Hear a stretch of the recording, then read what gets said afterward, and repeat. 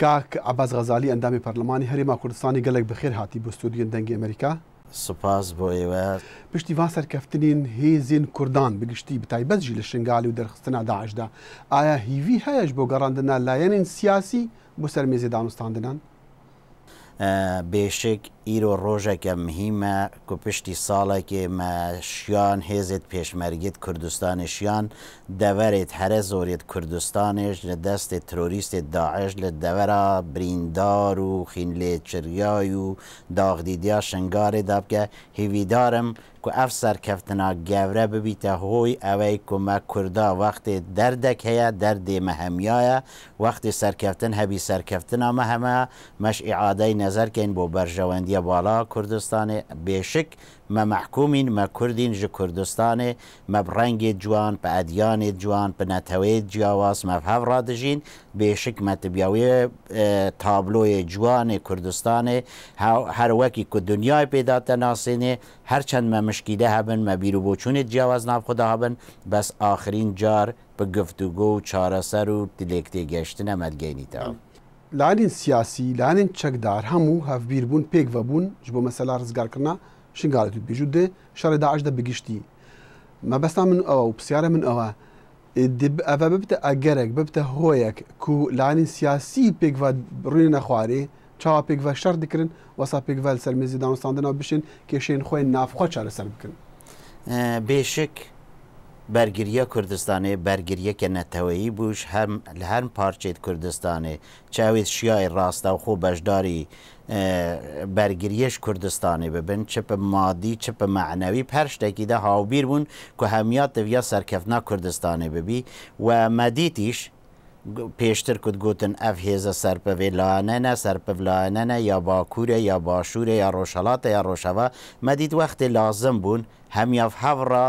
بەرسینگا دوژمن و نەیارێت مەگرتن و سەرکەفتنێت یەک لە دوایەکێ چ لە شنگارێ ئیرۆ چ دونێل کۆبانێ چ لە سعدیای چ لە جەلەولا چ لە مەخمور چ لە جێری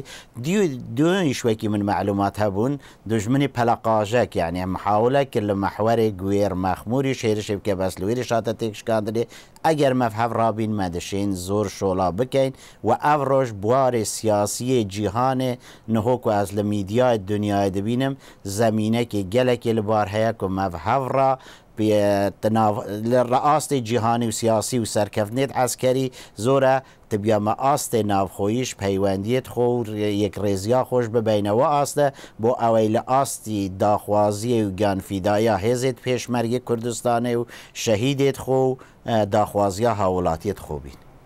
پرسیار ئەوە ئون دیشێن پێکەوە جارێکە دیدانیشن لایەنین سیاسیین کوردستانی هەرێما کوردستان عێراقی پارتی دیموکراتی کوردستان دەگەل گۆڕان بە تایبەت دەگەل لایەنین دیژی وەکو یەکێتی و کۆمەڵا و یەکگرتو پێکەوە ڕووی نەخواریش بۆ چارەسەرکردنا کێشەین سیاسی چونکە لە کوردستانی لە هەرێما کوردستانی نەکە کێشەک سیاسی مازن هەیە جودابوونێک مازن هەیە دەشەڕێ داعشدا یەکن سەرمێزی دانوستاندنا پێک ڕوونانین نەشینە پێک ڕوونین نەشێنە کێشەین خۆ چارەسەر بکەن. ئەوە تشتێکە لاەنێکی سیاسی تەوێ بۆ هەندێک مەساڵحێت تایبەتیت خۆدا هەندێک مەسایلە بەدەست بێخیتن بێشک مەدزانین خۆلا چارە پارلۆمانێ حکوم کابینا هەشتێ هەمەتش لەسەر ڕێککەفتن و ئیتیفاقا بووە کو بووە و ئەو لایەن وەختێ ئیتیفاق دەبن تبیە لایەن ملتەزم بن ئیلتیزامێ ئیتیفاقێت خۆ بکەن وەختی ئیلتیزامیش کرپمە ئەوێت خۆڤە وەختی تووشی لادان لە ئیتیفاقی بوون و ویست لایەنێکی تر بکەن چونکە بامە بینە سەر باسی پارلۆمانی هەمیشە پارلۆمانە کوردستانی ساڵا 92 کودامە یەکەمین شت وەختی بەداخەوە وەختی مەشەڕی ناوخۆشە بوو یەکەمین سەرۆکی پارلۆمانێ کو بەڕێز جەوهەر نامیق سەرۆکی پارلۆمانێ بوو و ئەندامی مەکتەبی سیاسیە پارتیە دیموکراتی کوردستانی بەستەبینین ول ناو پارلۆمانی مانگرتن گرت بۆ ڕاوەستانە شەڕە یعنی پارلەمان بە مەرجەعەک بۆ هەندێک قووەتە یەک بەخێ پارتی ڕێ لە سەرۆکی پەرلەمانی کرد بێتە کاری خو جواب اول من تبي باز بكم يعني سروك برلماني لهم خلا مرجع اكبر بهندي مشاكل كيم بكده بس لخلا شاري مدبينين ل 23 حزيران وياخذ ل 19 حزير كامل انا اتفاق كربكو سروك برلماني بخوب اتفاقات بسر ببو سروك برلماني ب 24 كرسي يعني بو سروك برلماني اتفاق ناخو هم كزانيتن زوريناش تكي ديبو بس وقت مديد كبو سروكاتيا برلماني بو بشكل ملوان يعني الشر اللي انا كجارال دروي برلماني بو لاني سياسي كر ويجا سروك برلماني لجير ناويت ديدا هاد برلمان كرده مصدر شر او لاني دي خوي كرده طرفك بالجير توجيهاتي بوچوني سر شاباست جهم كو دكتور يوسف جورانا ديارا پشتوانيا گوران دکر لی اگر تو بیت دیروکی جی دیروکا برلمانی هریمی جود مسئله که شی ناف خدا که شر ناف خوین ان هریما کردستان دا جوهر نامق جی ل تاتا تاوان بارکرین کو طرفك بود الشري دا لي كاك عباس من تخص اسبسيارا هندي جتابكم دقال فان كيشين اولهيه هريما كردستان وشر داعش دا وزيري بيشمرجي هذا دري خستن ما بدزانين ما لجبهكي 1005 كيلومتري داينه تجي الشركي امن زور جال الراجعنا قلت يا الشر سيام دنيا دست بكد يا بس نهاتي تراجع عندن اما لو شر دا تبيا مهمتش في سبيلي للريكا سركتنا هيزت بيشمرجة ومعنويات بيشمرجة يبوا تجي هم كماسية خدا ما هبنا چونك جرم الجبهال بريت شريدا سركتين مل همج يكي دا سركتين وزيري بيشمرجة شكريا هاكو ازيد بين وقت وزيري بيشمرجة سياسة لادان لتوافق ریکفتنی بود اجازه بده من تبي باز بكم وقتی که امنیت لدورا قلازی و رانی و سید صادق و کلار و کفری و او وضع داخلی کر به هند جبهه و ببید تزانی الامریکا شو الدنیا شو وقتی آسایش نتوید که بیت خطره دیگه هزت امنیت دستوانی والایه دستوانی والا بو پاراستنا امنیت و استقرار وزيري بيشمرجة شو صلاة السرور هيروان هزان نبوية وزيري بيشمرجة از نابجم اقرارت خو بهادنا إيرا بو أمريكا وبو جديدة هم عمليات عسكرية هاوبشت تجني ونتوي وداخلي دا لراس پرشتيا راستا وخوي وزيري بيشمرجة بونا ووزيري بيشمرجش وزيرك وسركفتي والشولت خو واگر تماشاش بكي سروك حكومة برسني چيروان بارزاني بتأسفك الزورة و يعني وقت باسكر بتايبتي وزير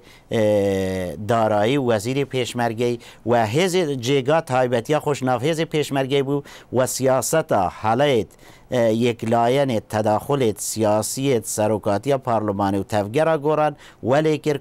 کابینه هشته وزیر سرکفتی جی بتلعب وزیر يعني المعادلات سیاسی دا وزیر که تأسف سروک حکومت بخواست جات گلوی شول دکت اما دشین لبوچوناوی بکن چون که او دزگاهی که تنفیزی بونه ما دزگاهی که تشریعی بوینه کاک ابا دزگاه تشریعی هریما کردستانی پارلمانه دزگاه هری وکو بیجی باور پیکریه کوجه عالی خلکی و هاتی هالبجاتن و دبتا مرجع يعني جدر جبو هر تشتي نهاكي شين هريما كردستاني ديارة دويت ريا برلماني بين چارسر كرين ازانم افات نزيكي حفتي تولير الواشنطن بس مدخاز بزان بجتا هول هانا جبوكو برلمان جاري كدي بقهتا ايك د سيبرا برلمان دا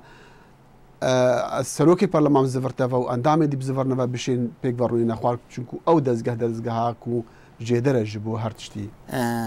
تو اگه تماشا بکی زور جا ایمه لپارتی ديمقراطي كردستان و ولا هم لانه ديشوك ما تاوان بارد كان كندي ما حكمك الرئاسي دي هيش وقت ما حكمك الرئاسي نفيا وسيستم السياسي الكردستاني سيستمي كي بارلمانيا كو بارلماني كردستان گورترين بالای مرجعيتا يا صادانان الهرم كردستاني جنابي سروك سروك هرم كردستان سروك هزي چکداری وقت مد بين راستا خود بين بو نمونه وقت ما هس شان کوبانه جنابي سروك وكو فرمانده هزي چک داول پارلمان کرد که پیوستی ما پاوکاریا برایت خوب بچین مال پارلمان کردستانی همه فراکسیونا دنگ دا مرزامندیل سهنده دا بشک پارلمان کردستانی تبیاف گر بخیته و تبیا دانوستان دەست پێ بگەنەوە بە پێی ئیتیفاق و ڕێکەفتنێت نووە ئەمە تبیا بینە سەرۆکی پەرلەمانی ئەو ڕێکەفتنەوە دەبێ سەرۆکی پەرلەمانی بێت یانە سەرۆکە نەما چووکە پارتی دیموکراتی کوردستان بڕیاردایەک و دکتۆر یوسف ئیدر نەمایە سەرۆکی پەرلەمان وەکو مەرجەعیەت بە فەرمی ئەگە فەرمی باز بکەین یوسف نهۆش بە فەرمی سەرۆکی پارلمانە کوردستانێ بەس مەرجێت وێ ڕێکەفتنی دەستدانە کومە پێک بە کردیە سەرۆکی پارلمانێ لازمە یەکەمین دانیشتنا پارلمانی دوێ گرفتێ چارەسەراوە گرفتانەش بکەن جا مهمنیە یوسفە یەکی دیە کی لایەنیش لە لایەنێت سیاسی سەرۆکاتی قانونی و ئەو هێشتا سەرۆکی پەرلەمان لە نەزەرێ من گوت بەس لە نەزەرێ فەرمیەوە بەس لە نەزەرێ پراکتیکیەوە و مەرجێت خۆڵدەستدانە و چونکە سەرۆکی پارلمانێ بوێ سون داخوندە تبیا یەک لایەنێبی و بەرژەوەندیت باڵایت کوردستانێ و هەمی لایەنە وەکو یەک لە نەزەر بگری کاکە باس متخواست شتە بپرسم پەرلەمانی هەرێما کوردستانی پرۆژەیەک هەیە ئەوی پرۆژەی بدەتە سەرکردەتیا کوردی و حکوومەتە هەرێما کوردستانی ji بۆ دەمێچنە بەغدا دگەل بەغدا ڕوودنین و دانوستاندنا دکن ببتە بناغەیەک بوان دانوستاندنا یان هەر پەرلەمان وەکو تێگوتن وەکو تێ خەتابارکردن گوێی خۆ دەتن ڕێبەرێن حەزبین خوا مەتەبیا بزانین ئەسباب خۆ بێژم وەکو ئەندامێکی پارلمانی کوردستانی لە فراکسیۆنیا پارتی دیموکراتی کوردستان شانازیت کەم کومە وەکو لاانێدی لاانێدیش هەمان شکلی من شانازی بکەن بەس ئەمن گوت ئەمە شێوێ پارلمانی هیچ نەوع حیزبایەتیەک و لاانگیریەک مە وەک خۆ نەکردیە من گۆمە جەوهەرنامێق نمونێ پارکاری پارلمانی مەبووە مە ئەو ڕێ و ڕەوش گریتەبەر بەس بۆ وێ هەندێ هەمە جارە پەر وەفدەکە چۆبی سەرۆکی حکوومەتی جێگیری وەفدە هاتینە پارلمانێ و بەرنامەی کاری خۆ گوتو و ڕێو شوێنت خۆ گوتووە و حتا زۆر جار داواش سەرۆکی حکوومەتی یەک دوو جار لە پارلمانی داوالی کرد کە وەفدی پارلمانیش دەگەلوان بێت پرۆژە هەیە یانە چۆن و هاتن ئەو پرۆژە هەبوو بەس ڕاستی سیقل بینی بەغدا و هەرێم نەمایە دوونش مدبینین بەداخەوە حەچی شعبیش لە تۆز خورماتوش پەلاماری کوردادایە و شەرت گەل پێشمەرگا کردیا ئومێدەوارم کۆتایی پێبێ چونکە مە نەوێت گەل بەرایەت خۆیت شیعە تگە هیچ لاانێکی ترمە هەمە پێک بە محکوم بە ژیانینە بەس عێراقیش پایبەند نەبووە قرارێت خۆدی پابند بتن بۆ بەریاریت خۆ کەنگی هەریما کوردستانی پابند بتن وە کوچا بەغداژی هەرێمێ تاوانبار دەکەت مەبەستم ئەوە پرۆژەیەک سیاسی هەیە ji بۆ چارەسەرکردن و لێگەهاندنا بەغدا و هەولێرێ ji پەرلەمانی هەرێمێ ئەمە ملتەزمین بە دەستوری عێراقی تا لاانێ دیێت سیاسی التیزام بە دەستوری عێراقیەوە بکەن بە دەستوری عێراقیەوە بداخەوە عێراقی نەل مادەی 140 نەل هێزی پێشمەرگە نەل تەجیزکردنی پێشمەرگە نەل ناردنی بوجە ئەوە هەر جار بەهانەکی کوردستانی تگری بەداخەوە وەختی مە پارلمانش بڕیاردا کە حکوومەتە هەرێمێ سەربەخۆ اقتصادێکی سەربەخۆ مەهەبیتن تەگەرێت زۆر کەدنە پێشیامە ڕۆمەد ئەو گیر و گرفتێت نهۆمە هەی بەشێک لەوێنە یەک مەدبینین نرخی قیمەتە نەفتی هاتە خوارێ عێراقی ڕێگری لێ کرد شەڕێکی 1500 کیلومتری کە بەش هەمە مەسارفن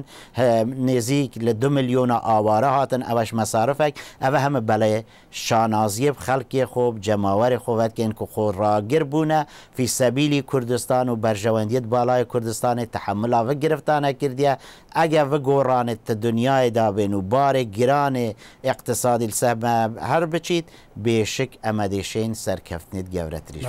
کاکە باز جنابێتە ئەندامی سندیکا ڕۆژنەمەوانەی ڕۆژنەمەوانی جیهانیژی بدوخواست بەحسی ڕۆلی ڕۆژنەمەوانە ڕۆڵێ ڕۆشەمبیرین هەرێما کوردستانی بگشتی بکەم دمەسەلا شەڕێت عێراقی و هەرێمێدا و شەڕێت پارتین سیاسیت ناف هەرێمێدا چ ڕۆل هەبوویان بزانین ئەگەر بەحسی ڕۆژنەمەوانە بکی وان بەحسێ میدیاکارا بکی گەلک جارە جوانە ڕۆلێ نەگەتیڤ بینیە و بووینە بەشێک دوی شەڕیدا ڕۆشنبیری دەبێ مەدزانین کو چاوێت هەر جامعێ دیدنە هەر جامعێ ڕۆشنبیر خەتاوی دادکە نیشێت دەن و بەرەو ئەوێشتە بن